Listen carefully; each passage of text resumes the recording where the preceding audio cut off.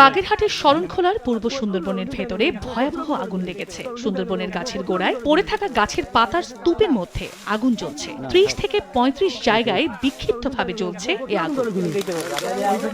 শনিবার ৩টার দিকে সুন্দরবনের আমরবুনিয়া এলাকায় আগুন লাগার খবর পায় বন বিভাগ। পরে সুন্দরবন পূর্ব বন বিভাগের কর্মকর্তা, বনরক্ষী, মোরেলগঞ্জ উপজেলা প্রশাসন ঘটনাস্থলে পৌঁছায়। খবর পেয়ে মোংলা ও মোরেলগঞ্জ ফায়ার সার্ভিসের 2টি ইউনিট আমরবুনিয়া এলাকায় পৌঁছায়। তবে সন্ধ্যা হওয়ায় ফায়ার সার্ভিস কর্মীরা আগুন নেভানোর কাজ শুরু করতে পারেনি। 1.5 কিলোমিটার জুড়ে হবে আগুনের পরিধি বলে জানান প্রত্যক্ষদর্শীরা।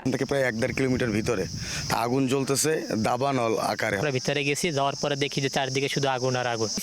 তারা ফোন দিচ্ছে যে এখানে আগুন লাগছে, আগুন নিভাতে হবে, যেভাবে সাপোর্ট দেওয়া যায় সেভাবে চলে আসুক, বালতি হোক, কলস হোক, যেটা হোক। বনে আগুনের খবর পেয়ে স্থানীয়দের নিয়ে বনে ঢুকে আগুন নেভানোর চেষ্টা করা হয় বলে জানান স্থানীয় জনপ্রতিনিধি। স্থানীয় যারা ছিল তাদেরকে তাদের সহযোগিতা এবং তারা অলরেডি বনের ভিতরে আগুন নেভানোর কাজেও ব্যস্ত ছিল। আগুনের ঘটনাস্থল থেকে পানির দূরত্ব প্রায় 2 কিলোমিটার হওয়ায় আগুন নেভানোর কাজ শুরু করা সম্ভব হয়নি বলে জানায় ফায়ার সার্ভিস। আগুনটা একটু বিস্তৃত এবং পানির সোর্স থেকে প্রায় 2 কিলোমিটার দূরে।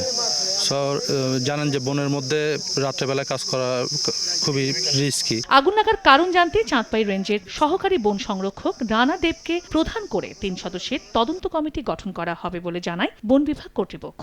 আনুমানিক 3-4 জায়গায় আগুন আছে, পুরোপুরি আমরা এখনো নিরূপণ করতে পারিনি। এসিএফ চাঁদপাই নেতৃত্বে আমরা একটা ইনকোয়ারি টিম গঠন করে তারা ইনকোয়ারি করে আগামী 7 দিনের মধ্যে রিপোর্ট দিবে। এর আগে 2021 সালের 3 মে সুন্দরবনের দাসের ভাড়ানি এলাকায় আগুনে 3 একর বনভূমি পুড়ে যায়।